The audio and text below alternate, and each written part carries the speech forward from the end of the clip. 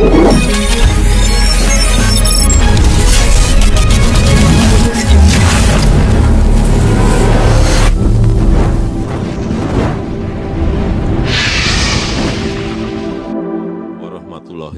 wabarakatuh. Selamat pagi, salam sejahtera bagi kita semua. Om Swastiastu, Namo Buddhaya, salam kebajikan. Yang saya hormati Ketua dan pimpinan lembaga-lembaga tinggi negara yang hadir,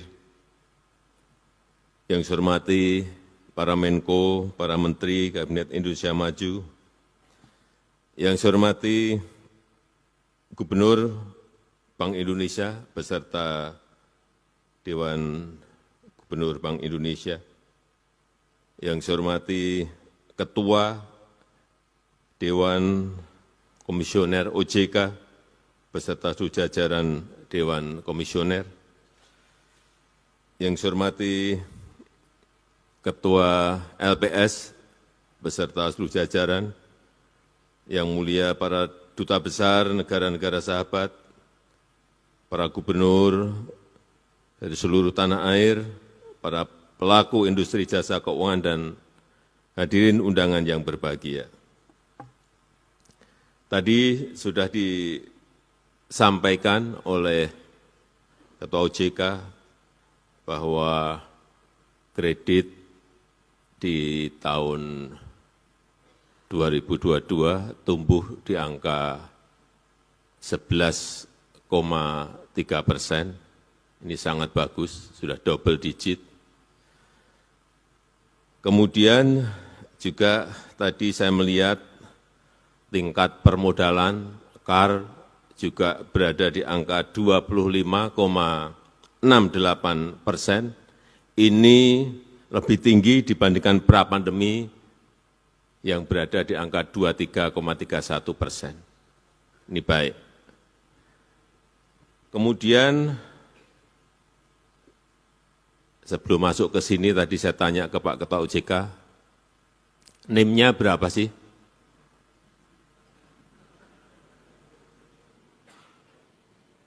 Dijawab oleh Pak Ketua OJK, 4,4. Tinggi banget. Ini mungkin tertinggi di dunia mungkin. Dan saya senang juga perkembangan industri asuransi juga semakin baik. Saya hanya ingin agar dukungan terhadap sektor UMKM itu diberikan perhatian yang lebih. Karena kekuatan kita ada di sini. Jangan dilupakan yang kecil-kecil. Jangan dilupakan yang mikro, yang kecil, yang menengah. Berikan suntikan kepada mereka sebanyak-banyaknya, tentu saja dengan kehati-hatian yang tinggi. Karena di sektor inilah yang memberikan peluang kesempatan kerja kepada rakyat. Kemudian yang kedua juga tadi sudah disampaikan oleh Ketua OJK mengenai hilirisasi, akan diberikan dukungan. Saya minta betul-betul yang konkret, karena masih saya dengar yang mau bikin smelter saja kesulitan mencari pendanaan.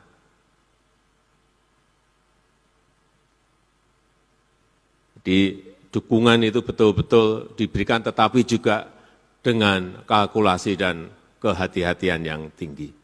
Karena hilirisasi ini akan menjadi kunci bagi negara kita untuk melompat menjadi negara maju.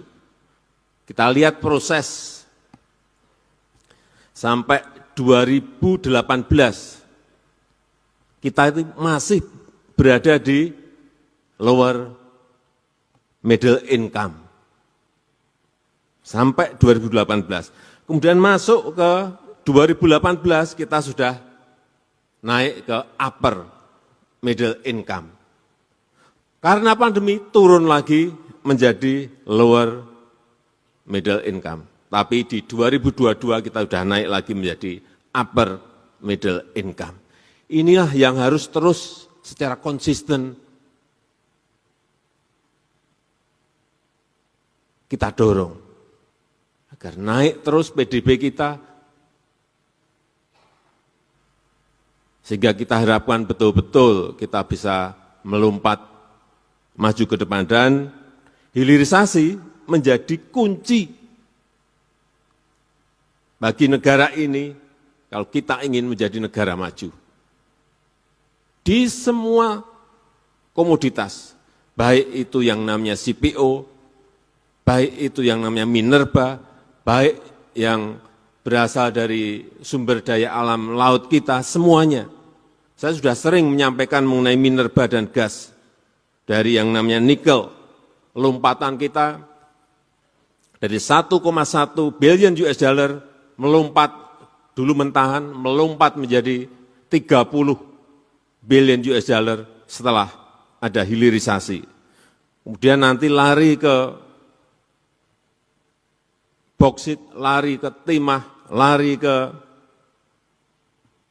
tembaga, lari ke emas, lari ke gas alam dan minyak. Kalau ini betul-betul secara konsisten kita kerjakan, jadilah kita negara maju. Dan jangan lupa, yang namanya sumber daya alam laut kita, ini akan memberikan nilai tambah yang besar kalau kita juga kita hilirkan. Ingat bahwa 2/3 Indonesia ini adalah air, adalah laut, adalah samudra. Luas lautan kita 3,25 juta kilometer, besar sekali. Potensinya belum kita apa-apakan.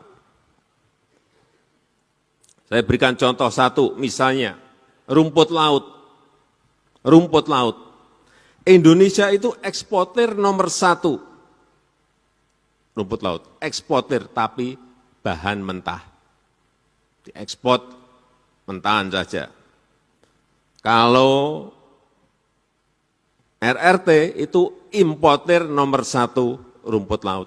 Importir, dia tidak menjadi produsen rumput laut. Tetapi kita lihat, kita ini hanya eksportir nomor 3 kerajinan. Agar-agar atau ya komponen yang membuat bahan kekentalan, hanya nomor 3. RRT tadi importir rumput laut nomor 1 dan sekaligus eksportir nomor 1 kerajinan. Ini yang harus kita tiru. Kita harusnya menjadi eksportir nomor 1 bahan mentah, tapi juga eksportir nomor 1 kerajinan. Harusnya seperti itu. Dan nilai tambah yang ada di sini akan melompat. Kemudian yang berkaitan dengan ikan. Coba dilihat yang namanya tuna, cakalang, tongkol. Tuna, cakalang, tongkol. Kita ini eksportir nomor 1. Tuna, cakalang, tongkol, segar. Eksportir nomor 1, tapi sekaligus importir juga nomor 1, tepung ikan. Lucu, sudah dorong keluar, kemudian kita import lagi dalam bentuk tepung ikan. Apa enggak bisa sih kita menghilirkan ini, mengindustrialisasikan ikan kita menjadi tepung ikan? Sesulit apa? Apa sulit banget sih? Enggak. Kalau kita belum mampu ya gandeng partner. Saya selalu sampaikan gandeng partner, partneran. Jangan ragu-ragu untuk masuk ke sana. Kemudian RRT kita lihat, importir nomor 2, tuna, cakalang, tongkol, segar. Tapi bisa menjadi eksportir nomor 4, tepung ikan. Gandeng partner. Mas, dan masih banyak rumput laut, ikan, tuna, cakalang, tongkol, udang. Ini nilai tambahnya sangat berkali-kali. Menjadi pupuk citosan 27 kali nilai tambahnya. Rajungan menjadi daging rajungan 3,2 kali. Ya, kalau semua dihilirkan di dalam negeri, melompat negara kita. PDB kita akan melompat, GDP kita akan melompat. Yang paling penting adalah memang mengintegrasikan. Sudah bolak-balik saya sampaikan, yang Minerba diintegrasikan, yang CPO diintegrasikan, yang sumber daya alam laut kita hasilnya diintegrasikan semuanya. Memang yang paling sulit di situ. Dan sekali lagi saya minta dukungan dari OJK mengenai ini. Bagaimana memberikan sosialisasi pentingnya hilirisasi. Karena proyeksi dampak hilirisasi dari minerba, migas, dan kelautan itu bisa sampai angka 715 billion US dollar. Dan lapangan kerja yang terbangun bisa 9,6 juta. Besar sekali. Inilah yang akan terus kita kejar. Terus kita kejar. Yang kedua, mengenai perlindungan.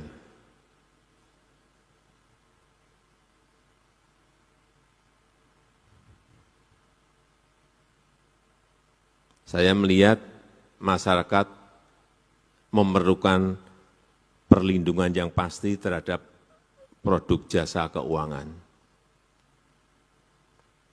Baik itu yang namanya asuransi, yang namanya pinjaman online, yang namanya investasi, yang namanya tur haji dan umroh.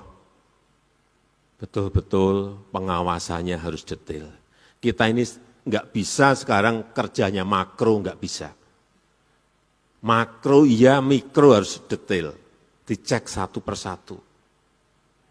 Hati-hati, ada peristiwa besar, minggu kemarin Adani di India. Makronya negara bagus, mikronya ada masalah. Mikro hanya satu perusahaan, Adani. Kehilangan 120 billion US dollar, hilang. Langsung dirupiahkan 1.800 triliun. Hati-hati mengenai ini, pengawasan. Jangan sampai ada yang lolos seperti itu karena goreng-gorengan 1.800 triliun. Itu seperempatnya PDB India. Hilang. Yang terjadi apa? Capital outflow, semua keluar. Yang terjadi apa? Rupiah jatuh. Hati-hati mengenai ini, padahal kondisi makronya bagus.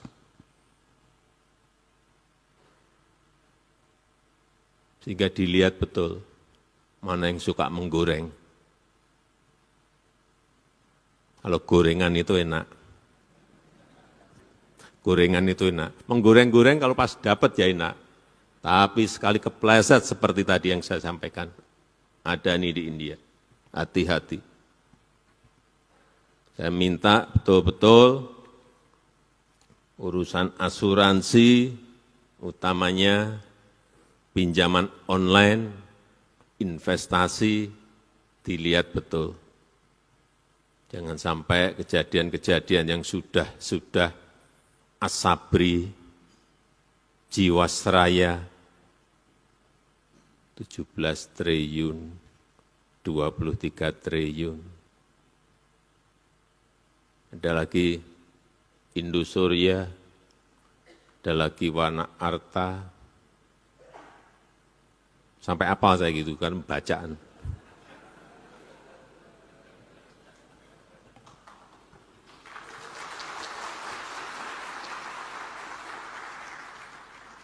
Unit link,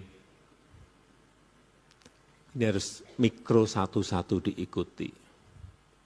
Karena rakyat Yang nangis itu rakyat. Rakyat itu hanya minta satu sebetulnya, duit saya balik, uang saya balik. Karena saya waktu ke Tanah Abang ada yang nangis-nangis, ceritanya juga kena itu. Waktu di Imlek juga sama, nangis-nangis itu juga. Di Surabaya nangis-nangis itu juga. Hati-hati, semuanya yang namanya pengawasan harus lebih diintensifkan.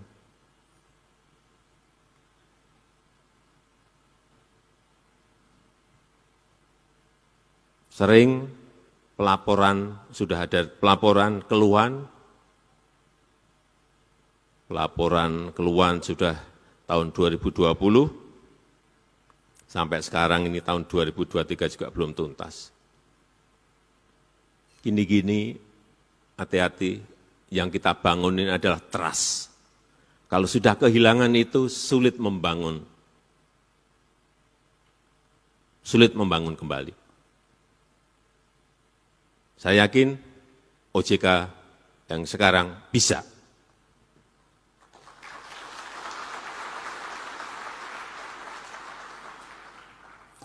Saya rasa itu yang ingin saya sampaikan dalam kesempatan yang baik ini. Terima kasih. Saya tutup. Wassalamualaikum warahmatullahi wabarakatuh. Om Santi Santi.